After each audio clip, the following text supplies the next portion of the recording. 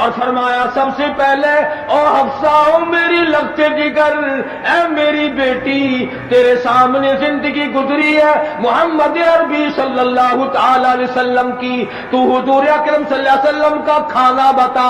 حضرت حفصہ کہنے لگی ابا جان میں محمد کریم صلی اللہ علیہ وسلم کی روٹی پکایا کرتی تھی، آٹا سامنے رکھ کر پھونک مار دیا کرتی تھی، جتنا گھاس اڑ گیا باقی بیچ میں پکایا کرتی تھی۔ اور فرماتی ہے زیتون کے تیل کا ڈبہ رکھا ہوا تھا، تیل ختم ہو چکا تھا، ایک دن میں نے نیچے کی تل چھٹی گاد نکال کر روٹی کے اوپر چپڑ دی، آپ صلی اللہ علیہ وسلم نے نوش فرمائی، فرمایا حفصہ آج روٹی بڑی مزیدار لگی ہے، اور فرمانے لگے ثم لتسألن یومئذ عن النعیم۔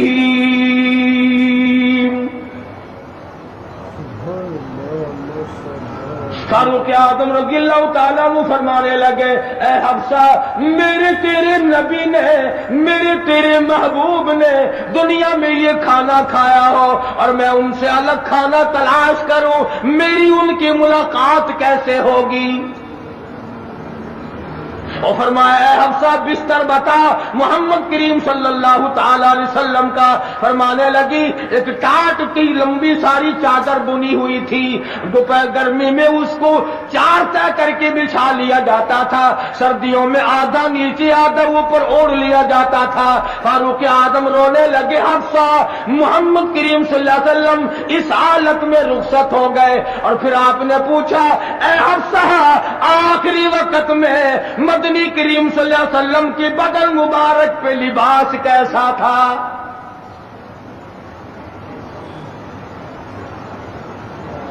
وہاں لباس کی حالت، کھانے کی حالت یہ ہے، یہاں بنگلوں کی گنتی نہیں، کوٹھیوں کی گنتی نہیں، اور یہ نہیں سوچتے اگر عذاب آ گیا تو یہ بنگلے یہ کوٹھیاں نہیں بچا سکیں گی، یہ رشوت بٹور کر کے محل بنانا یہ تو کبھی بھی کام نہیں آئے۔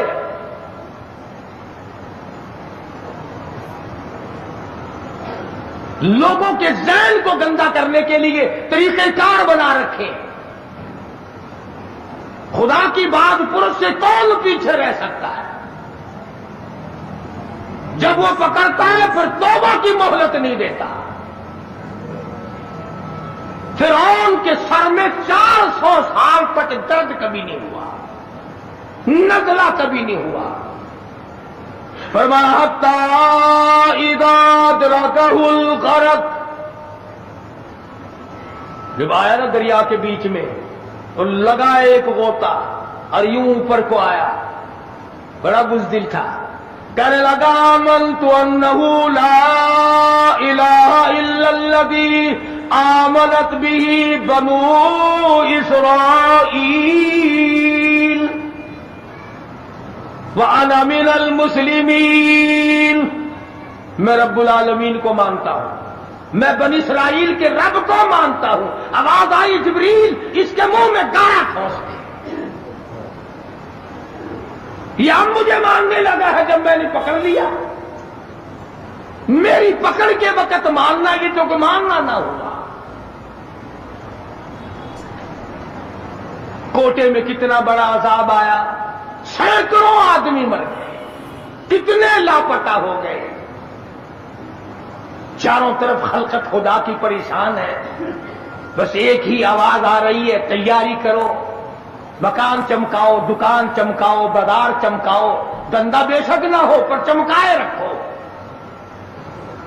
تو جیسے عورتوں میں بیماری نہیں پھیل جاتی، 80 سال کی بڑھیا سرخی لگا کے چل دیتی ہے، چمک، کارنامے کی چمک پیدا کرو، اعمال کی چمک پیدا کرو، ایمان کی چمک پیدا کرو، محمد کریم صلی اللہ علیہ وسلم کے نظام کو چلا کر وہ چمک پہ دھمک پیدا کرو، وہ ترقی پیدا کرو کہ دنیا کی قوم کو پتا چل جائے کہ یہ اللہ اور اس کے رسول کے ماننے والے بن گئے۔ اب ان سے خطرہ کھاؤ۔ تمہیں معلوم ہے فاروق کے ایک ایک کپڑے میں پیون تو 12 تھے، پیٹ میں روٹی جو کی تھی، مگر چاروں طرف کے کافر تڑپا کرتے تھے۔ لرزتے تھے کہ اگر فاروق کا ادھر سے گزر بھی ہو گیا تو بات بگڑ جائے گی.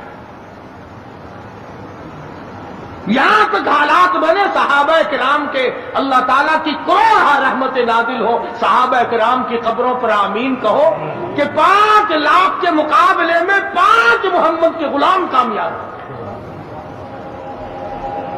5 لاکھ کے مقابلے میں حضور کے 5 غلام کامیاب.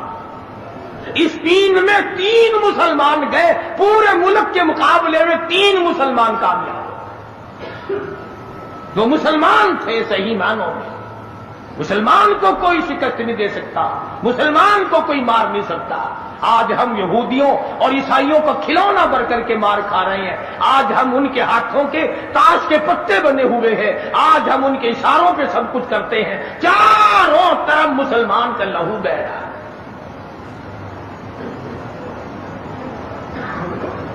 مغلیہ خاندان کے بادشاہوں کے واقعات کتابوں میں موجود ہیں. آپ پڑھ کر کے دیکھ لیں کہ جن لوگوں نے اچھے کام کیے ان کی زندگی کیسے گزری اور جن لوگوں نے برے کام کیے ان کی زندگی کیسے گزری. لوگ ان کا نام لینا بھی گوارا نہیں کرتے. کیا بات تھی. سلطان عالمگیر رحمت اللہ علیہ جہاں بادشاہ وقت تھا, جہاں پورے ہندوستان کا مالک تھا, وہاں مدنی کریم صلی اللہ علیہ وسلم کی 5000 حدیث تو زبانی یاد تھی. بادشاہ کو 5000 حدیث زبانی یاد تھی.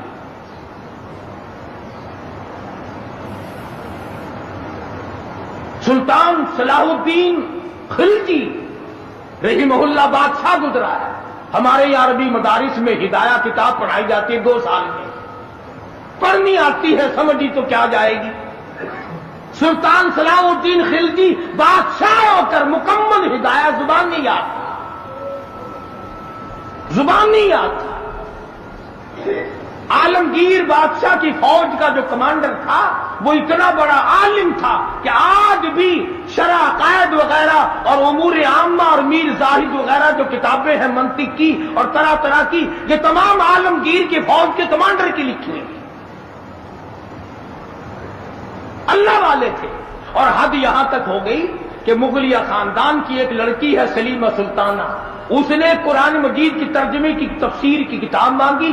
ملا عبد القادر بدایونی انچارج ہے کتب خانے کا, کتاب گم ہو گئی تو لڑکی نے باپ سے لڑ کر جائیداد ضبط کرا دی کہ قرآن کی تفسیر کی کتاب کتب خانے سے کیوں گم ہو گئی.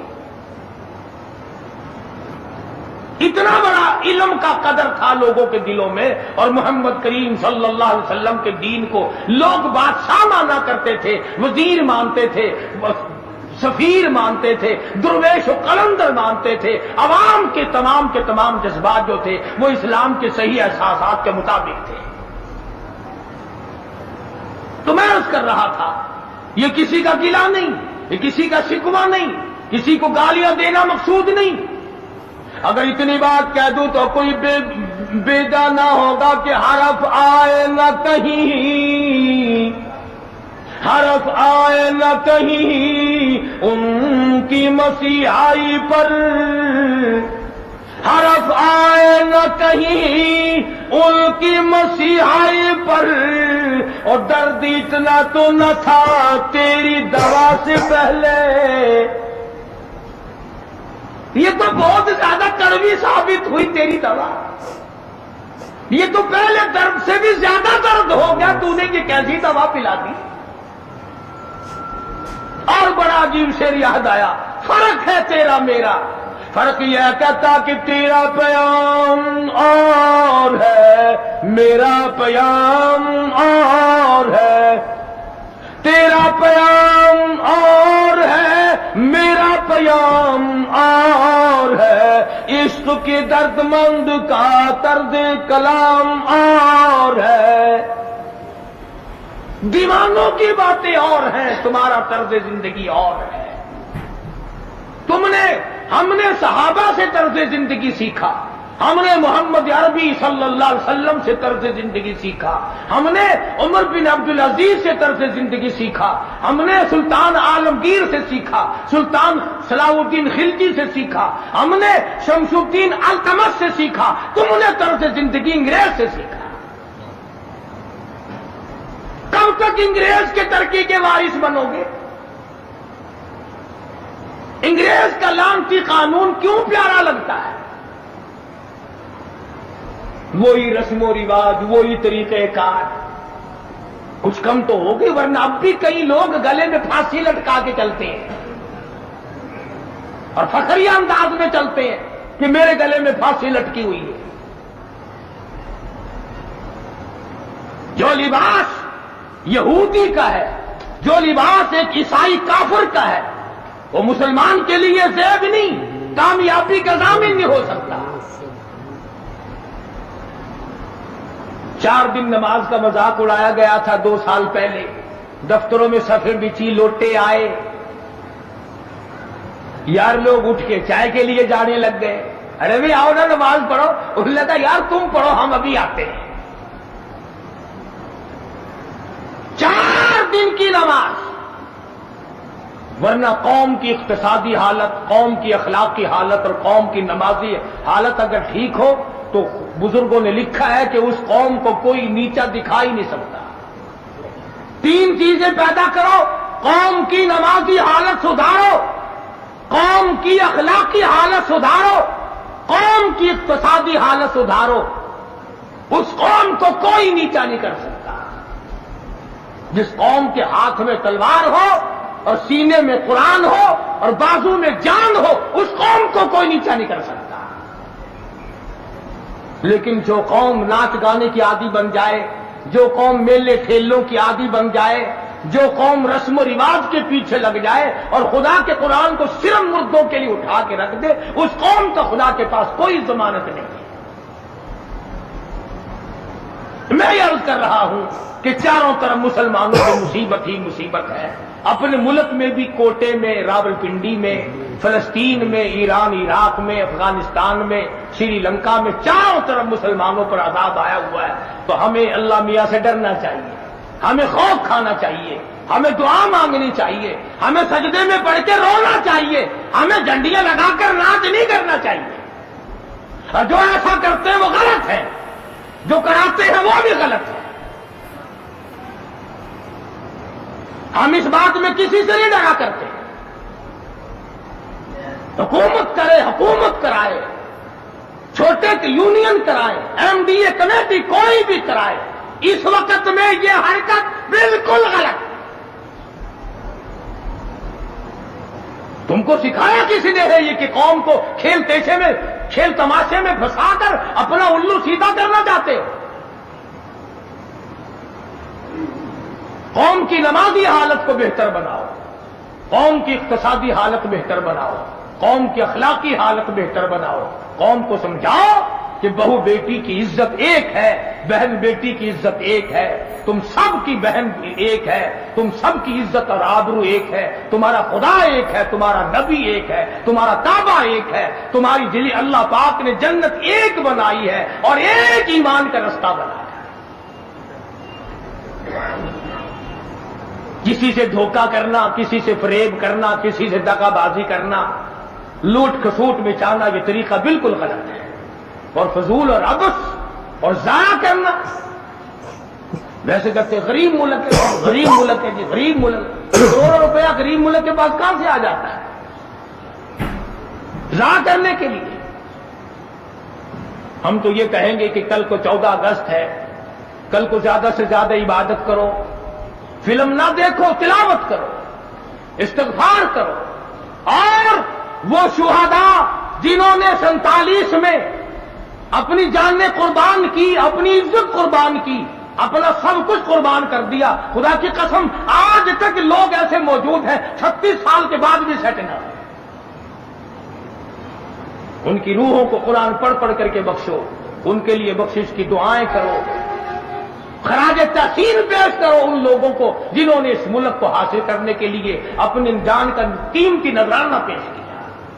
تمہارا کیا ہے؟ تمہارا تو ناخون بھی نہیں کٹا۔ ہاں، تمہیں کیا تکلیف پہنچی تھی ملک بنانے میں؟ کب تم بنانے والوں میں آگے آئے تھے؟ اب جو مرتا اخبار میں آ جاتا فلانا بھی تحریک پاکستان کا بامی تھا، ہم نے بامی دیکھے نہیں.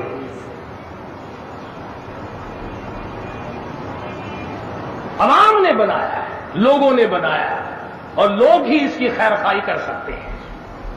اور لوگوں کو چاہیے کہ ایک اور بات میری سن لو آخری، اگر یہ ملک نہ رہا تو پھر مسلمانوں کو روئے زمین پہ جگہ ملنی مشکل ہو جائے گی.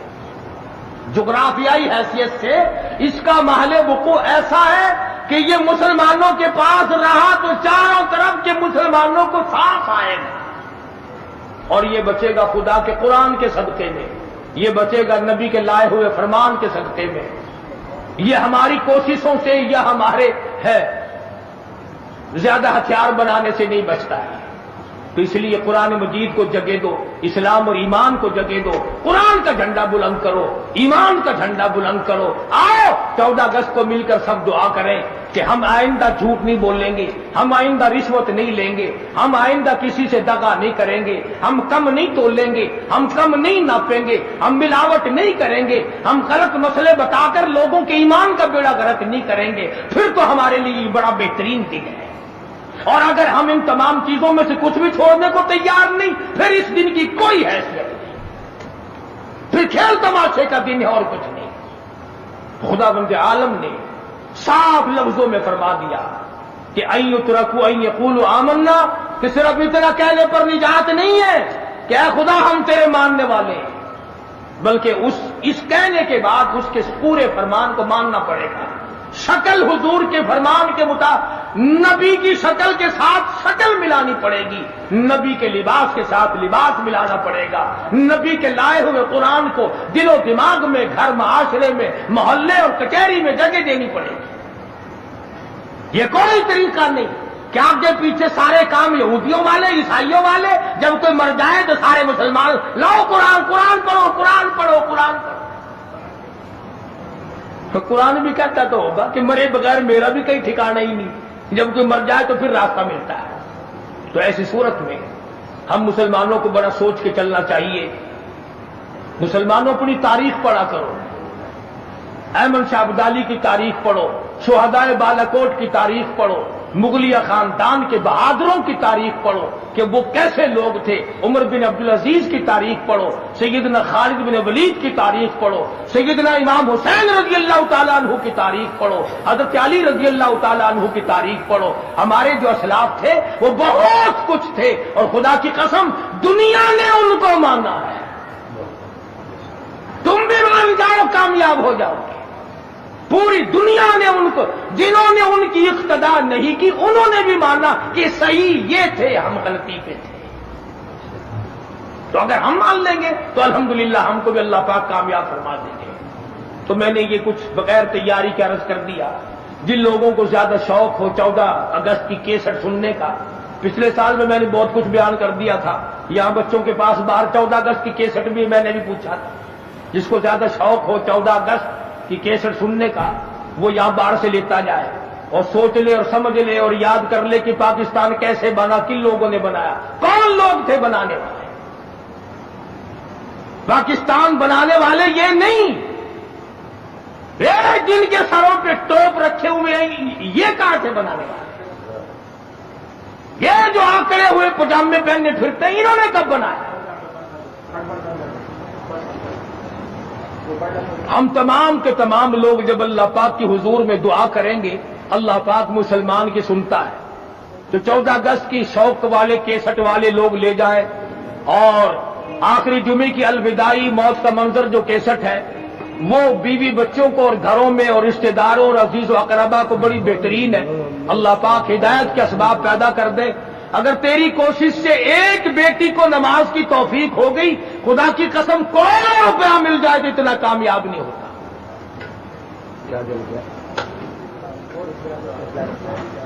اللہ تبارک و تعالی ہم سب کا حامی و ناصر ہو اور ساری مسلمان قوم کا پوری دنیا میں نگہبان اور محافظ بن جائے. وآخر دعوانا الحمدللہ رب العالمین.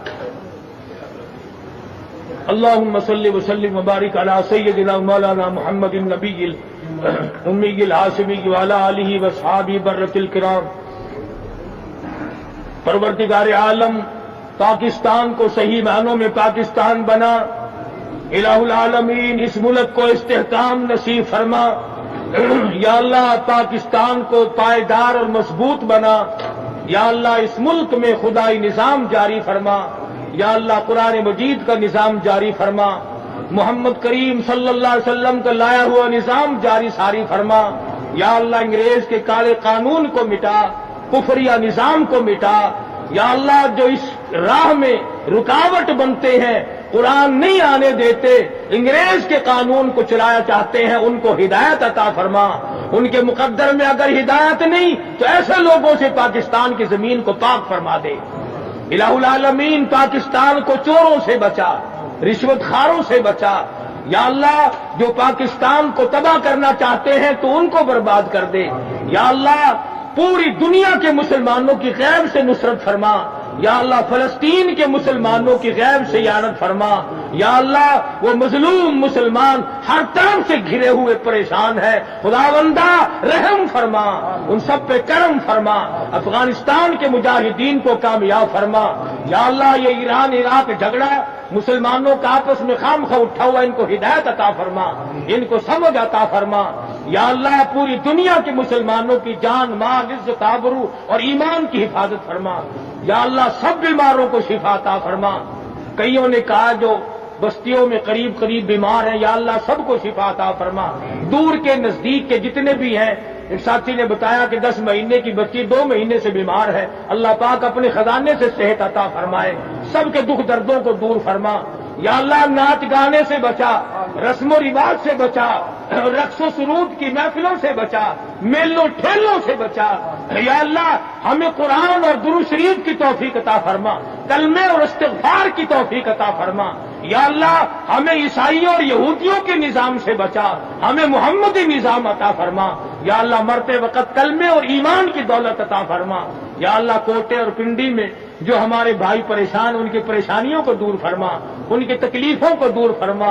یا اللہ رحم کا معاملہ فرما، کرم اور فضل کا معاملہ فرما۔ الہ العالمین تمام مسلمانوں کی کاروباری حالت کو اچھا کر دے۔ یا اللہ سب کے روزے رزق میں برکت عطا فرما، وسعت عطا فرما۔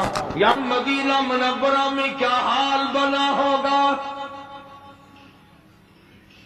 سارے عرب میں، مسلمانوں میں، دینداروں میں، صحابہ کرام میں خبر پھیل گئی، کالی کملی والے نے اس دنیا کو جواب دے دیا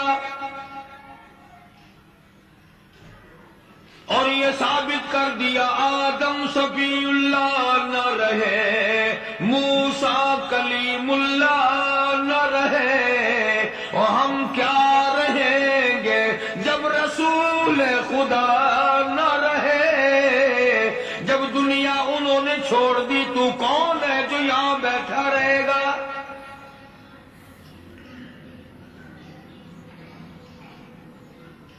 سیدنا فاروق اعظم رضی اللہ تعالیٰ عنہ جیسے بہادر فرمانے لگے جو یوں کہے گا میرے نبی فوت ہو گئے میں اس کی گردن اتار ماروں گا، میرا نبی فوت نہیں ہو سکتا، میرا نبی دنیا سے نہیں جا سکتا، میرا نبی ہمیشہ ہمیشہ کے لیے رہے گا۔ لیکن جناب ابو بکر صدیق نے قرآن کریم کی آیت سنا کر کے سمجھایا، فرمایا وما محمد الا رسول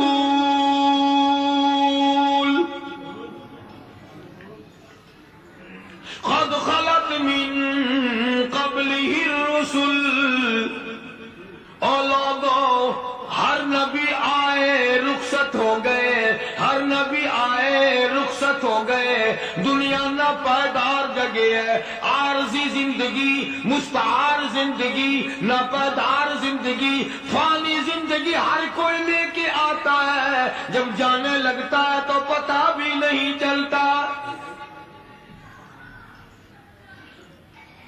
اس لیے مجذوب کہتا کہ سونے چاندی کی چمک بس دیکھنے کی بات ہے، سونے چاندی کی چمک بس دیکھنے کی بات ہے، اور 4 دن کی چاندنی پھر اندھیری رات ہے، قبر میں ہمیشہ اندھیرا رہے گا۔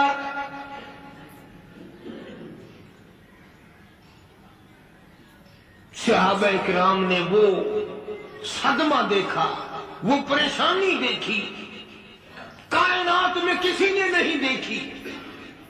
کسی نے بیوی کے مرنے کا صدمہ اٹھایا ہوگا، کسی نے جوان بیٹے کی موت کا صدمہ دیکھا ہوگا، کسی نے امی کے مرنے کا صدمہ دیکھا ہوگا، کسی نے ابا کے مرنے کا صدمہ دیکھا ہوگا۔ خدا کی قسم بلال سے جا کے پوچھو، جب کالی کملی والے کا تجھے دیدار نہ ملا تیرا کیا حال بنا؟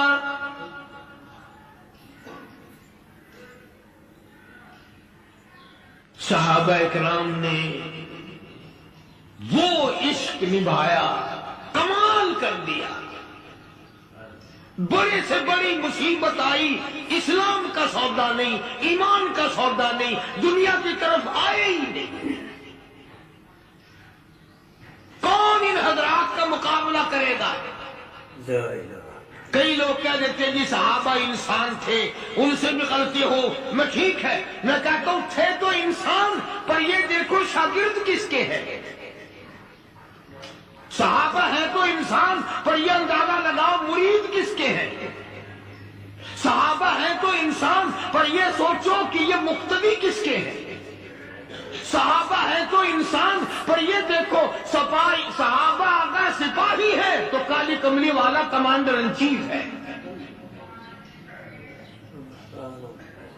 براہ راست محمد عربی صلی اللہ علیہ وسلم کے صحابہ شاگرد ہیں، صحابہ حضور کے مرید ہیں، صحابہ حضور کے مقتدی ہیں، صحابہ حضور کی فوج کے سپاہی ہیں۔ ایک ایک نے کمال کر دیا۔ جناب ابو بکر صدیق رضی اللہ تعالیٰ عنہ فرماتے ہیں میں اچانک محلے میں جا نکلا۔ ابو بکر کہتا میری یہ عادت تھی، شروع پہ جو اسلام آیا مکے میں، چودھری مارتے ہیں، رئیس مارتے ہیں، سردار مارتے ہیں، کمزوروں کو مارتے ہیں۔ جو کلمہ پڑھتا تھا پہاڑ ٹوٹ جاتے تھے، پیر پکڑ کر مکی کی گلیوں میں گھسیٹا جاتا تھا، چمڑا ادھر جاتا تھا۔ آج یہ بات کرنا بڑا آسان ہے، تبلیغی ساتھی سفر کرتے ہیں، تکلیف اٹھاتے ہیں، اگر جی جاؤ کافروں کو کلمہ سکھا کے آؤ، اور کلمہ تو تیرے پلے نہیں تو کافروں کو تو پھر پہنچائیں گے نا۔ 80 سال کی عمر ہے، کلمہ صحیح نہیں آتا، قبر بالکل سر پہ ہے، موت سر پہ ہے، قبر سامنے ہے، پھر بھی کلمہ نہیں آتا۔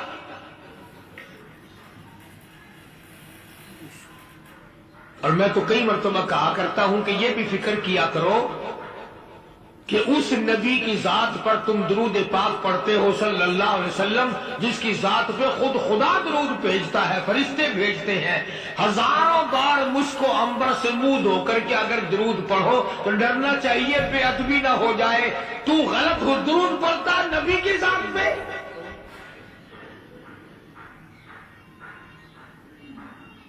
اور اس کو صحیح کرنے کا فکر نہیں رکھتا۔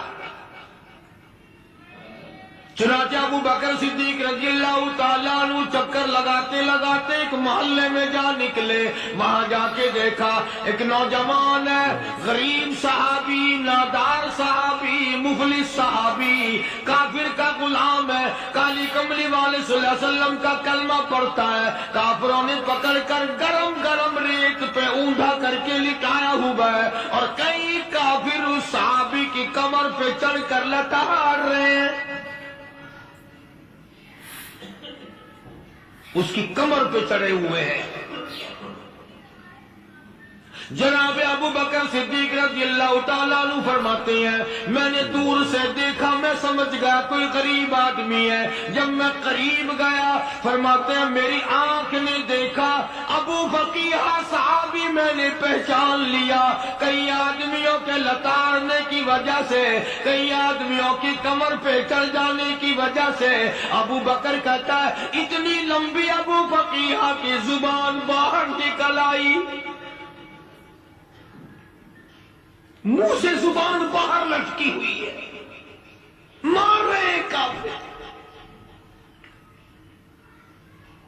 جناب ابو بکر صدیق رضی اللہ تعالیٰ عنہ نے فرما دیا نہ مارو، اللہ کا بندہ ہے۔ وہ کہنے لگے بندہ تو اللہ کا ہوگا، غلام ہمارا، اور کلمہ اس نبی کا پڑھتا ہے،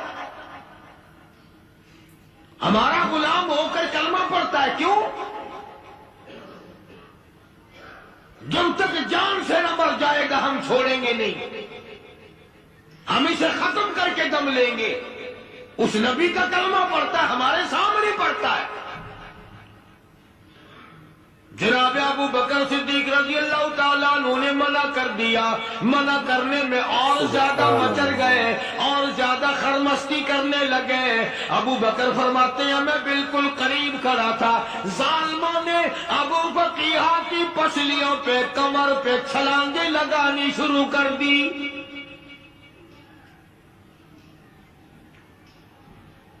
جناب صدیق اکبر رضی اللہ تعالیٰ عنہ فرماتے ہیں میں بالکل قریب کھڑا تھا، جب انہوں نے چھلانگیں لگائیں، صحابی بے نوا اور مفلس غریب صحابی کی کمر پہ اچانک میرے کانوں میں کڑاک کڑاک کر کے پسلیاں ٹوٹنے کی آواز آنے لگی۔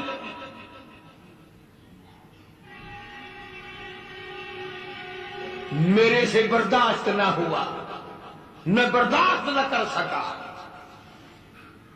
جناب ابو بکر رضی اللہ تعالیٰ عنہ فرماتے ہیں میں نے کہا ظالمو سودا کر لو، میں خرید لوں گا۔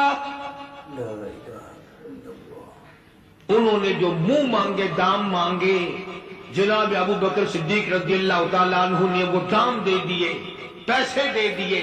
ہاں ہاں، غریب کی ہمدردی کی، مظلوم کی ہمدردی کی۔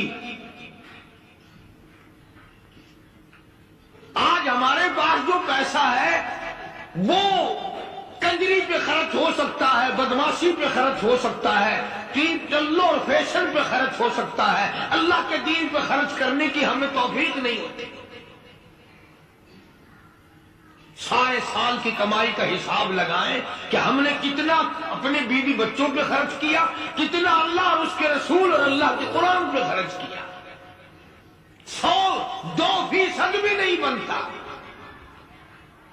جناب ابو بکر رضی اللہ تعالیٰ عنہ نے ابو بقیہ رضی اللہ تعالیٰ عنہ کو خرید لیا، کافروں کے نیچے سے نکال لیا، کپڑے جھاڑے، زخموں پہ مرہم پٹی کی۔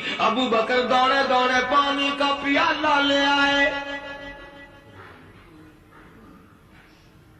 اور فرمانے لگے ابو بقیہ تجھے بڑی مار پڑی ہے، بڑی تکلیف پہنچی ہے، میں نے تیری زبان باہر لٹکی ہوئی دیکھی، نکلی ہوئی دیکھی، خشکی آ گئی ہوگی، زبان پہ کانٹے جم گئے ہوں گے، تھوڑا سا پانی پی لے۔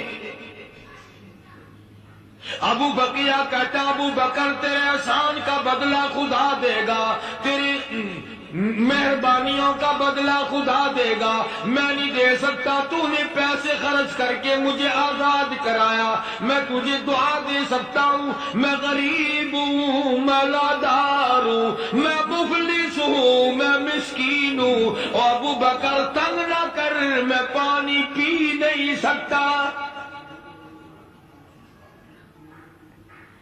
کیا بات ہے، کیوں پانی نہیں پی سکتا؟ کہنے لگا ابو بکر تجھے کیا معلوم ہے، جن کی وجہ سے میری پسلیاں توڑ دی گئی، جن کی وجہ سے مجھے مارا گیا، جن کی وجہ سے مجھے لتاڑا گیا، جن کی وجہ سے میری پسلیاں توڑی گئی، جن کی وجہ سے میرا یہ حال کیا گیا، جب تک میں آقا کا دیدار نہ کر لوں میں پانی کی بوند پی نہیں سکتا۔ مجھے پہلے شربت دیدار پینا ہے، میں نے سرکار مدینہ صلی اللہ علیہ وسلم کی زیارت پہلے کروں گا، پانی بعد میں پیوں گا۔ او ابو بقیہ تجھے تو بڑی سخت مار پڑی ہے، تجھے تو بڑی تکلیف پہنچائی گئی ہے، میں تجھے حضور کے دربار میں لے کے چلوں گا، تو پانی تو پی لے۔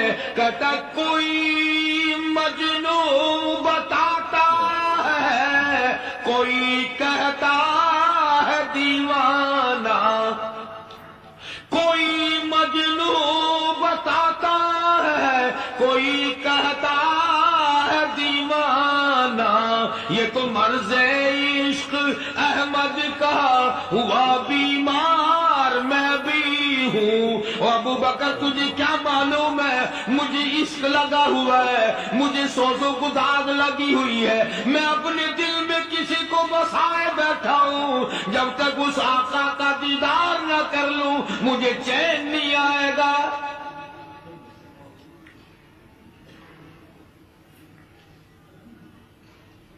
ہمیں عورتوں سے محبت ہے، ہمیں اولاد سے محبت ہے، ہمیں کوٹھی اور بنگلے سے پیار ہے، ہمیں روپے سے پیار ہے، ہمیں بڑی جاہ و حشم سے پیار ہے، اور خدا اور اس کے رسول سے پیار کرنے والے لوگ مدینے کے قبرستان میں سو گئے، قرآن سے پیار کرنے والے لوگ حضور کے درباری لوگ وہیں سو گئے۔ اندازہ لگاؤ، کوئی مار کھا کے اپنے ماں باپ کے پاس جائے گا، کوئی بھائی برادری میں جائے گا، کوئی تھانے میں رپورٹ لکھوانے جائے گا، کوئی اسپتال میں سرٹیفکیٹ لینے جائے گا، کوئی ڈاکٹری کرانے جائے گا۔ ابو فقیہہ تم کتنے خوش نصیب ہو، امام الانبیاء کے دربار میں چلے ہو۔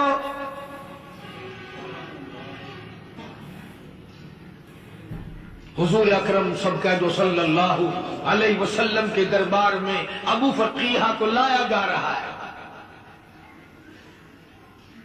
علماء نے لکھا ہے کہ جب ابو فقیہہ حضرت کے دربار میں پہنچے تو خبر تو پہلے تھی نہ کہ بڑی مار پڑی ہے، رحمت کائنات نے اٹھ کر سینے سے لگا لیا۔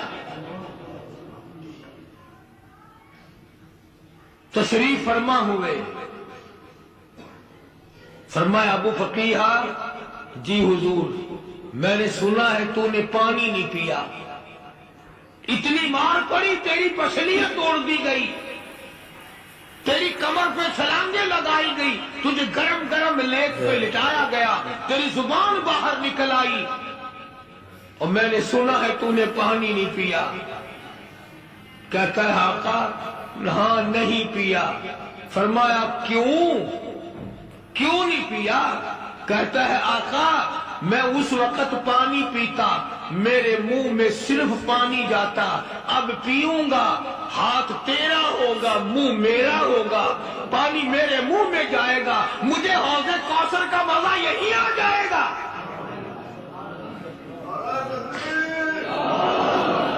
مجھے لطف آئے گا محمد عربی صلی اللہ علیہ وسلم کے ہاتھ سے پانی پینے کا۔ علماء نے لکھا ہے کہ حضرت نے جب اپنے رحمت والے ہاتھ سے وہ انگلی چاند کو اشارہ کیا، جگر پھٹ کر ٹکڑے ہو گئے، وہ انگلی اشارہ کیا سورج واپس ہو گیا، وہ انگلی درخت اپنی جڑیں چھوڑ کر پیغمبر کے قدموں میں آ گئے، وہ انگلی دل میں کنکر پہاڑ کے لیے تو کلمہ پڑھنا شروع کر دیا، وہ انگلی اونٹ کی طرف کی تو بول پڑا، وہ انگلی چڑیا سامنے آئی تو انہوں نے شکایت کر دی، وہ انگلی جن کو دیکھ کر کے بیت اللہ پھر گیا۔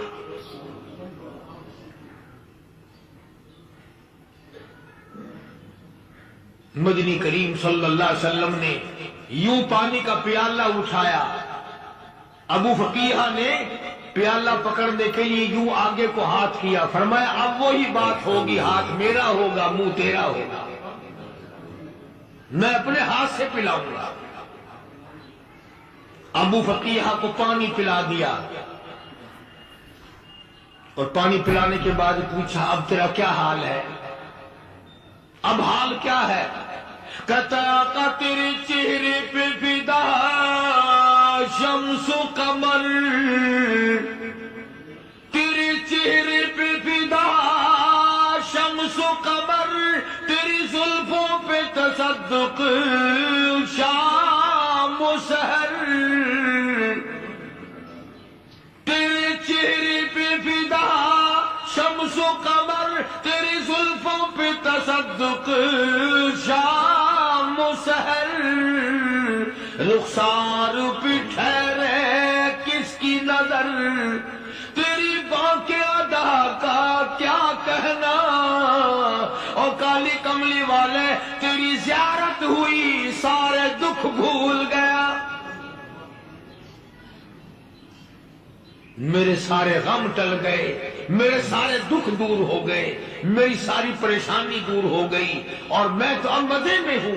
جناب ابو بکر صدیق رضی اللہ تعالیٰ عنہ نے مال خرچ کیا، صحابہ کرام کی جانیں بچائے۔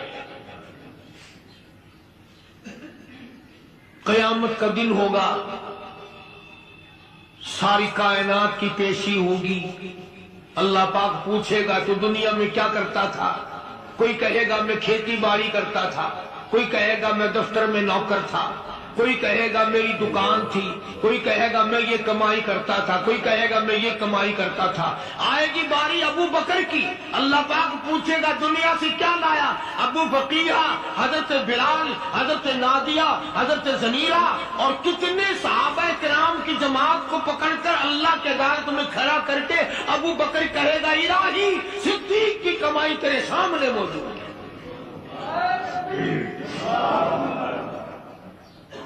مبارک ہیں یہ لوگ کہ ان حضرات نے محض اللہ اور اس کے رسول کریم صلی اللہ علیہ وسلم کو راضی کرنے کے لیے اپنا سب کچھ قربان کر دیا، اور خود رسول کریم صلی اللہ علیہ وسلم نے ان کو ایسی تعلیم دی، ایسے اخلاق دیے کہ حد ہو گئی۔ ہم مدینے میں تنہا نکل جائیں گے، اور گلیوں میں قصداً بھٹک